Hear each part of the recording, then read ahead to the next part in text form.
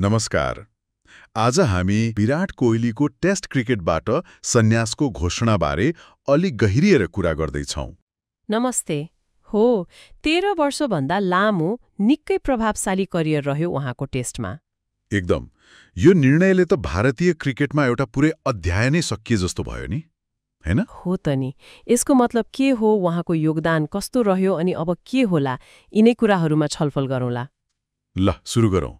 घोषणाको कुरा गर्दा यो अलि अपेक्षित त थियो, हल्ला चलिरहेकै थियो, हैन र?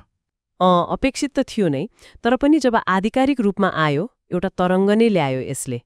बीसीसीआईले पनि सम्मान दिएर उहाँको विरासत सधैँभरि रहनेछ भन्यो। त्यो त हो। साँच्चै एउटा ठूलो युग सकियो भारतीय टेस्ट क्रिकेटको। उहाँको कप्तानीको कुरा गरौँ न त अलिकति। तथ्याङ्क त छँदैछ, तर त्योभन्दा पनि उहाँको नेतृत्वमा टिमको मानसिकता नै परिवर्तन भयो जस्तो लाग्छ मलाई। एकदम सही कुरा। त्यो सायद उहाँको सबैभन्दा ठूलो योगदान हो। भारतलाई टेस्ट वरीयताको शिखरमा पुर्याउनु, त्यो पनि लगातार। हो नि। अनि कति 68 टेस्टमा कप्तानी गर्नुभयो? 68मा, जसमा 40वटा जित। यसले उहाँलाई विश्वकै चौथो सफल टेस्ट कप्तान बनाउँछ, ग्रिम स्मिथ, पन्टिङ, स्टिभ वा पछि।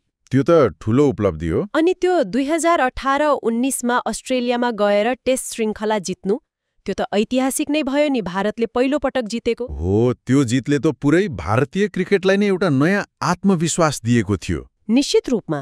अनि ब्याट्सम्यानको रूपमा त्यो पनि हेरौँ न, 9000 भन्दा बढी रन। 1223 टेस्टमा 9230 रन अनि औसत पनि 46.85 को। यो त निकै राम्रो हो टेस्ट क्रिकेटमा। अनि शतकहरू नि 30वटा शतक। हो, 30 शतक, अनि त्यसमा पनि 7वटा त दोहोरो शतक। त्यो त कुनै पनि भारतीय ब्याट्सम्यानले बनाएका छैनन्। साच्ची, तेन्दुलकर, द्रविड, गावस्कर, सेहवाग भन्दा पनि बढी। हो, दोहोरो शतकमा उहाँले समयले पछि पार्नुभयो।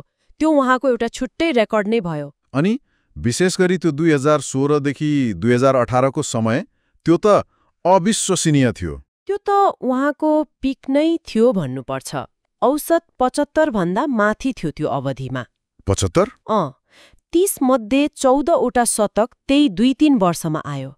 त्यो बेलाको फिटनेस, त्यो एकाग्रता, रन बनाउने भोक गजब थियो। हेर्दा पनि आनन्द आउँथ्यो। तर खै पछिल्ला केही वर्ष यता टेस्ट फर्ममा अलिकति सङ्घर्ष देखियो, होइन त? हो, त्यो देखियो। अनि 2022मा दक्षिण अफ्रिकामा श्रृङ्खला हारेपछि कप्तानी पनि छोड्नुभयो। उहाँले आफैले पनि मानसिक स्वास्थ्य र त्यो खुसी स्थान खोज्ने कुरा गर्नुभएको थियो क्यारे? गर्नुभएको थियो। सायद त्यो फर्ममा आएको गिरावट र कप्तानी छोड्ने निर्णय एक आपसमा जोडिएका थिए।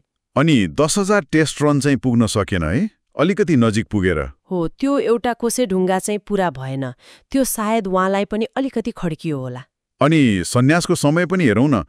भर्खरै अश्विन र रोहित शर्माले पनि सन्यास लिए। यो त स्पष्ट पुस्तान्तरणको सङ्केत हो जस्तो लाग्छ। एकदम। भारतीय टेस्ट क्रिकेटमा अब नयाँ पुस्ताले जिम्मेवारी लिने समय आएको प्रष्ट देखिन्छ। तर टेस्टबाट बिदा लिए पनि उहाँको क्रिकेट यात्रा त सकिएको छैन नि? छैन। T20बाट त विश्वकप जितेपछि सन्यास लिइसक्नुभयो। अब पूरा ध्यान एक दिवसीयमा हुने देखिन्छ। 2027को ओडिआई विश्वकप लक्ष्य होला सायद। हो, त्यस्तै देखिन्छ। उहाँको ओडिआई फर्म त अहिले पनि राम्रो छ। च्याम्पियन्स ट्रफीमा हेर्नु न, पाकिस्तान विरुद्ध शतक, अस्ट्रेलिया विरुद्ध सेमिफाइनलमा 84 रन। हो, 302वटा ओडिआई खेलिसक्नु भएको। अनुभव त प्रशस्त छ। एकदम। ल, अब अन्तमा कुरा गरौँ टेस्ट क्रिकेटमा उहाँको समग्र विरासतको। तथ्याङ्क त छँदैछ, तर त्योभन्दा पर उहाँको प्रभाव कस्तो रह्यो जस्तो लाग्छ? उहाँको विरासत अङ्क र तथ्याङ्कमा मात्र सीमित छैन जस्तो लाग्छ मलाई। खास गरी T20को यत्रो दबदबा भएको बेला उहाँले आफ्नो जोश, त्यो आक्रामकताले टेस्ट क्रिकेटप्रतिको चासो जीवित राख्न ठूलो भूमिका खेल्नुभयो। त्यो त हो नि। उहाँ खेल्दा टेस्ट म्याच पनि हेर्न रमाइलो हुन्थ्यो। हो, उहाँको खेल्ने शैली, त्यो प्रतिबद्धताले धेरैलाई टेस्ट क्रिकेटतिर तान्यो। सर विभ रिचर्ड्स जस्ता महान खेलाडीले पनि त भन्नुभएको थियो नि। रिचर्ड्सले टेस्ट क्रिकेटको अपिल जोगाउन कोहलीको भूमिका महत्त्वपूर्ण छ भन्नुभएको थियो। बिल्कुल। उहाँ टेस्ट क्रिकेटका लागि भारतका एक महान दूत बन्नुभयो भन्दा फरक पर्दैन। उहाँको त्यो लगाव देखेर एउटा पुरै पुस्ता नै टेस्ट क्रिकेटप्रति आकर्षित भयो। सायद त्यो नै उहाँको सबैभन्दा ठूलो योगदान होला, टेस्ट क्रिकेट पनि रोमाञ्चक र महत्त्वपूर्ण छ भन्ने भावनालाई बलियो बनाउनु। निसन्देह कप्तान र ब्याट्सम्यान दुवै भूमिकामा उहाँको योगदान अविस्मरणीय रहनेछ। त्यसो भए उहाँले टेस्ट क्रिकेटलाई दिएको ऊर्जा र महत्त्व लामो समयसम्म सम्झिनेछ। अवश्य, र यसले यो ढाँचाको भविष्यलाई पनि सकारात्मक दिशामै लैजान मद्दत गर्ला